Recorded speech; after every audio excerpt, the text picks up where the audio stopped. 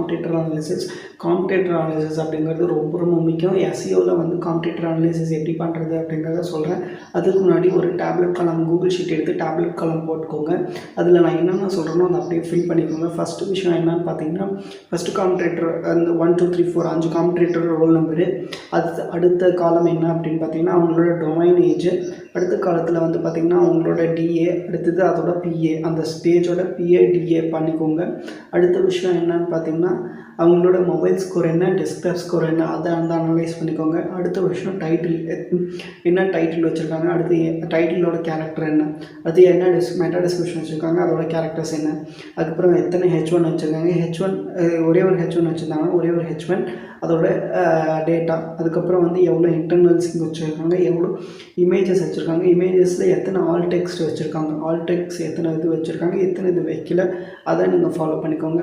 அப்புறம் எவ்வளோ பேக்லிங்ஸ் போட்டிருக்காங்க, எவ்வளோ ரெஃபரிங் டொமைன்ஸ் வந்திருக்கு அப்படின்னு சொல்லிவிட்டு நீங்கள் இதெல்லாம் ப்ராப்பராக வந்து மெயின்டைன் பண்ணிவிட்டு அதுக்கு தகுந்த மாரி நீங்கள் வந்து பண்ணணும்.